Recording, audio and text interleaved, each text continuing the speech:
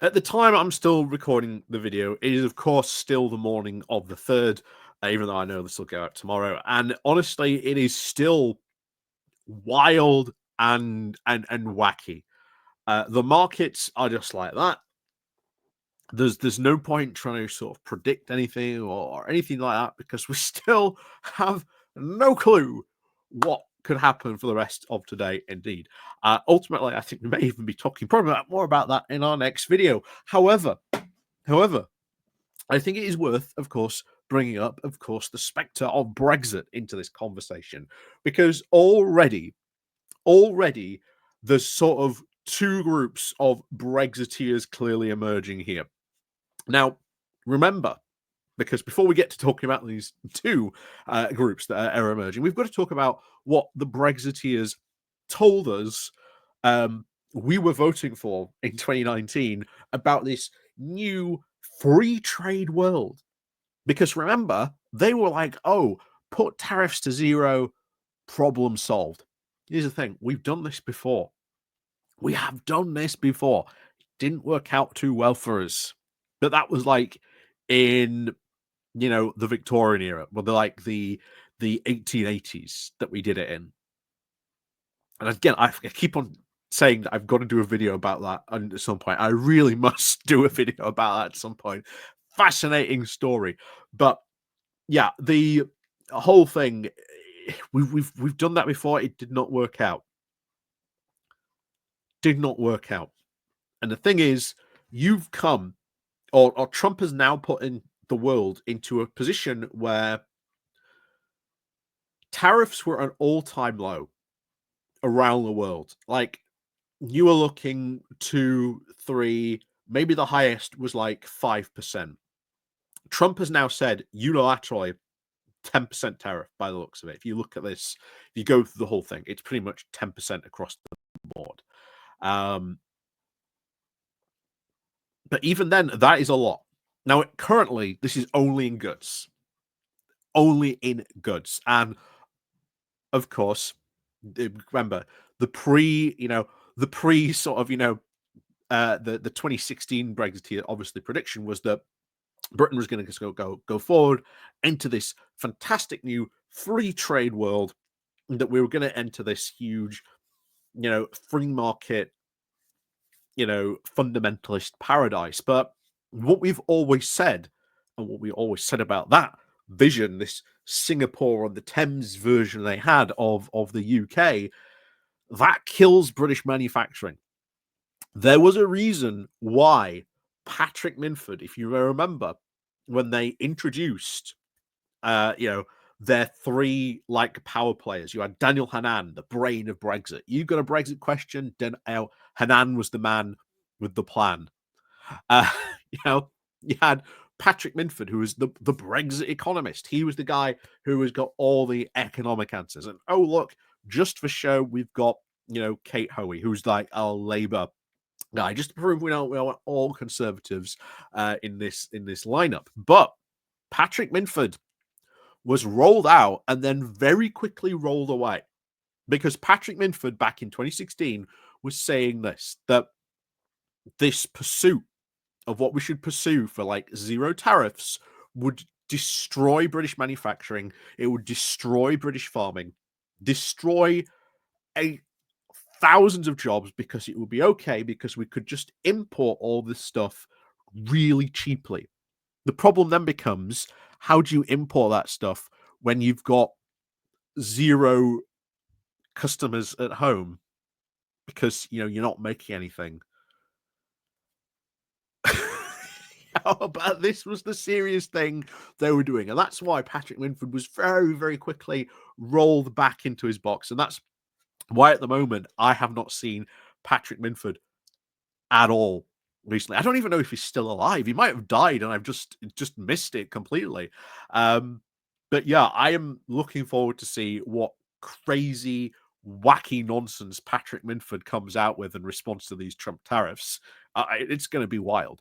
But anyway, from, of course, 2016 to where we are now in 2025, and we've got these two groups of Brexiteers. Prior to all this stuff before, literally a couple of weeks ago, you had Brexiteers coming out and saying Yeah, if Trump goes ahead with these tariffs, that's Brexit nail in the coffin. And they were right. This has these Trump tariffs have put the final nail in the Brexit coffin. Trump has really killed Brexit.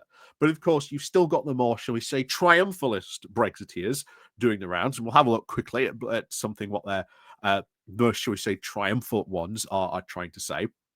So this is Matthew Lynn saying that Trump just proved Brexit was the best decision Britain ever made. No, we got hit with a 10% tariff. That is still a very, very significant. Just because we didn't get hit twice by, that 20% tariff doesn't mean you go, oh, thank you. Thank you for only hitting me once. I've only got one black eye instead of two.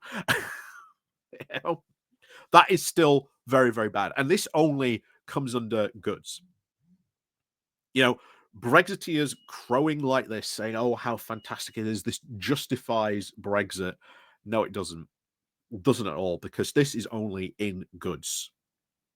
Not only that, we are expecting a lot more sectoral tariffs as well in the near future. Like I say, we've still got that 20% steel, aluminium, tungsten tariff, which is causing big problems for the UK steel industry. It wants to export to America. That's not good for our steel manufacturing industries or any of those big heavy metal industries here in the UK. Scottish whiskey, let me say it right. Scottish whiskey, can't even say it right. Scottish whiskey, of course, very worried about this. He even says this that, cognac is now more expensive than Scottish whiskey. What a win. Scottish whiskey is still going to go up probably by about 10%. It's still going to be a problem. Uh, you know, all this stuff, these tariff stuff is not good. It's not good, and yet they promised the exact opposite. So these big Brexiteers crowing about this, yeah, they're counting their chickens before they hatch. Because I'd like to remind you, this was only in goods, not services. And remember, we are a service-based economy. Very, very much so a service-based economy. And when in goods, we do not have a shall we say a deficit with America. That's why we escaped. Why we escaped, so well. You look at Norway.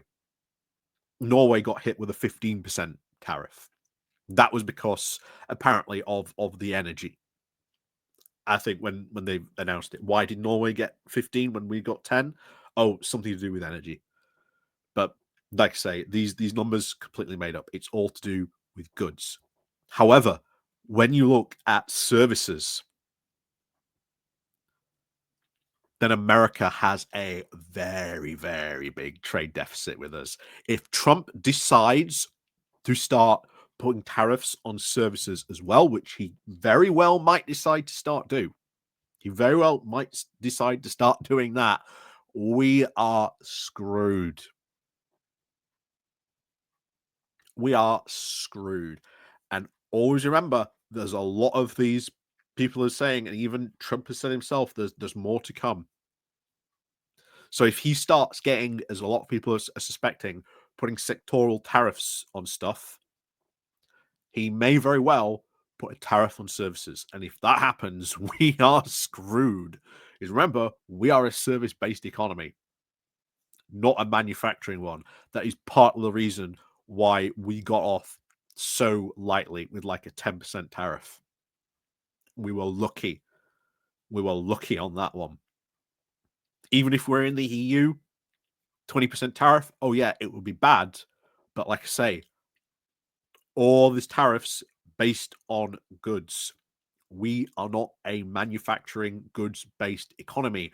We are a service based one. Very, very much so.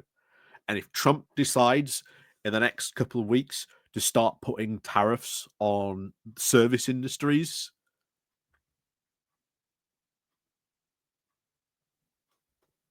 we are screwed. Very, very much so.